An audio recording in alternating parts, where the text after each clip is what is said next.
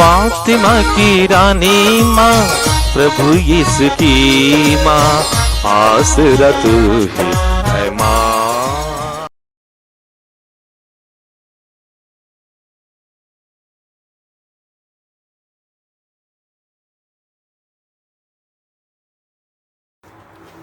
पहला पाठ सुक्ति ग्रंथ अध्याय 3 पद संख्याएं 27 से 34 तक। पुत्र, यदि यह तुम्हारी शक्ति के बाहर ना हो तो जिसके आभारी हो उसका उपकार करो। यदि तुम दे सकते हो तो अपने पड़ोसी से यह न कहो, चले जाओ फिर आना, मैं तुम्हें कल दूंगा। जो पड़ोसी तुम पर विश्वास रखता है उसके विरुद्ध षड्यंत्र मत रचो। जिसने तुम्हारे हाथ कोई अन्याय नहीं किया उस मनुष्य से अकारण झगड़ा मत करो। विधर्मी से ईर्ष्या मत करो और उसके किसी भी मार्ग पर पैर ना रखो, क्योंकि प्रभु दुष्टों से घृणा करता और सदाचारियों को अपने मित्र बना लेता है। दुष्ट के घर पर प्रभु का अभिशाप पड़ता है, क्योंकि वह धर्मी के घर को आशीर्वाद देता है। प्रभु घमंडियों को नीचा दिखाता और दीनों को अपना कृपा पात्र बना लेता है। बुद्धिमान लोगों को सम्मान मिलेगा और मूर्खों का तिरस्कार किया जाएगा। प्रभु की वाणी। ईश्वर को धन्यवाद। भजन अनुवाक्य। हे प्रभु, धर्मी तेरे पवित्र पर्वत पर निवास करेंगे। हे प्रभु, धर्मी तेरे पवित्र पर्वत पर निवास करेंगे। हे प्रभु, कौन तेरे शिविर में प्रवेश कर तेरे पवित्र पर्वत पर निवास कर पाएगा? जिसका आचरण निर्दोष है, जो सदा सत्कार्य करता है, जो हृदय से सत्य बोलता है और चुगली नहीं खाता। अनुवाक्य। हे प्रभु, धर्मी तेरे पवित्र पर्वत पर निवास करेगा। हे प्रभु, धर्मी तेरे पवित्र पर्वत पर निवास करेगा। जो अपने भाई को नहीं ठगता और अपने पड़ोसी की निंदा नहीं करता, जो विधर्मी को तुच्छ समझता और प्रभु भक्तों का आदर करता है। अनुवाक्य। हे प्रभु, धर्मी तेरे पवित्र पर्वत पर निवास करेगा। हे प्रभु, धर्मी तेरे पवित्र पर्वत पर निवास करेगा। जो उधार देकर ब्याज नहीं मांगता और निर्दोष के विरुद्ध घूस नहीं लेता, जो ऐसा आचरण करता है वह कभी विचलित नहीं होता। अनुवाक्य। हे प्रभु, धर्मी तेरे पवित्र पर्वत पर निवास करेगा। हे प्रभु, धर्मी तेरे पवित्र पर्वत पर निवास करेगा। जय घोष। हालेलुया। तुम्हारी ज्योति मनुष्यों के सामने चमकती रहे, जिससे वे तुम्हारे भले कामों को देखकर तुम्हारे स्वर्गीय पिता की महिमा करें। हालेलुया। प्रभु आप लोगों के साथ हो और आपकी आत्मा के साथ। संत लूकस के अनुसार प्रभु यीशु ख्रिस्त का पवित्र सुसमाचार। हे प्रभु तेरी महिमा हो। अध्याय 8 पद संख्याएं 16 से 18।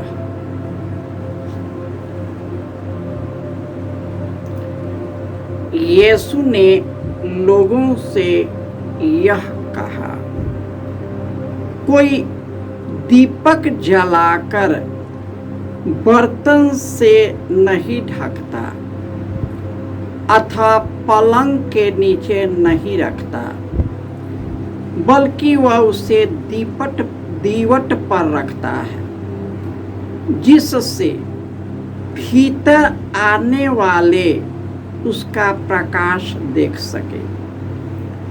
ऐसा कुछ भी छिपा हुआ नहीं है जो प्रकट नहीं होगा, और ऐसा कुछ भी गुप्त नहीं है जो नहीं फैलेगा तथा प्रकाश में नहीं आएगा। तो इसके संबंध में सावधान रहो कि तुम किस तरह सुनते हो, क्योंकि जिसके पास कुछ है उसी को और दिया जाएगा, और जिसके पास कुछ नहीं है उससे वह भी ले लिया जाएगा जिसे वह अपना समझता है। यह प्रभु का सुसमाचार है।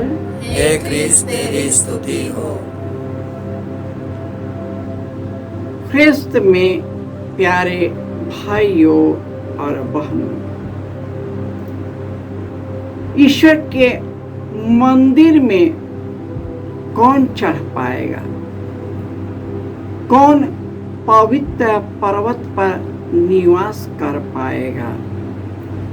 वही जिसका आचरण निर्दोष है, जो सदा सत्य कर्म करता है, जो हृदय से सत्य बोलता है, जो किसी की चुगली नहीं खाता, अपने भाई को नहीं ठगता, अपने पड़ोसी की निंदा नहीं करता, विधर्मियों को तुच्छ समझता, अप्रभु भक्तों का आदर करता है, जो उधार देकर ब्याज नहीं मांगता, निर्दोषों के विरुद्ध घूस नहीं लेता, जो ऐसा आचरण करता है वही ईश्वर के शिविर पर चढ़ सकता है। आज के सुसमाचार में यीशु कहते हैं, कोई भी दीपक जलाकर बर्तन या पैमाने के नीचे नहीं रखता, परंतु उसे दीवट पर रखता है, ताकि वह सबों को प्रकाश दे सके।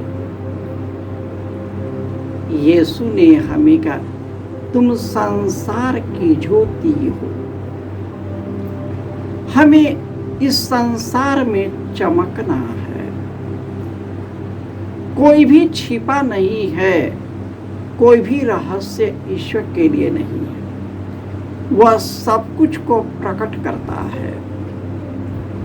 यही कारण है कि आज के पहले पाठ में सुक्ति ग्रंथ में लिखा है, यदि तुम्हारी शक्ति से बाहर न हो तो जिसके आभारी हो उसका उपकार करो।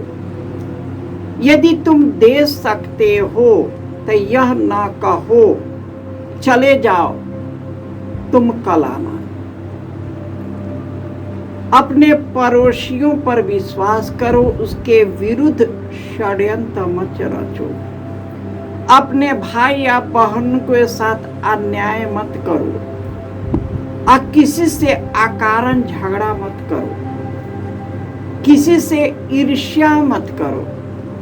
उसके पैर पर अपना पैर मत रखो और दुष्टों के पास मत जाओ। सदाचारियों से मित्र करो, क्योंकि दुष्टों के घर जाने पर अभिशाप पड़ता है, किंतु धर्मियों का घर आशीर्वाद से भर जाता है। प्रभु सबों का कल्याण करता है, सबों से प्रेम करता है। ईश्वर उन लोगों के निकट है जो उनका नाम लेते हैं, जो उनको खोजते हैं और उनके अनुरूप जीवन बिताते हैं। ईश्वर से जो कुछ मिला है सब प्रभु का है। इसलिए जिस तरह ईश्वर ने हमें वरदान में दिया है, हमें उसे एक दूसरे से साझा करना है। हमारे देश में बहुत लोग कमाते हैं, लेकिन अपने लिए कमाते हैं, अपने लिए जमा करते हैं, अपने लिए इकट्ठे करते हैं। गरीब से लेकर अमीर तक सब केवल अपने लिए ही जमा करते हैं, किसी का कल्याण नहीं करता।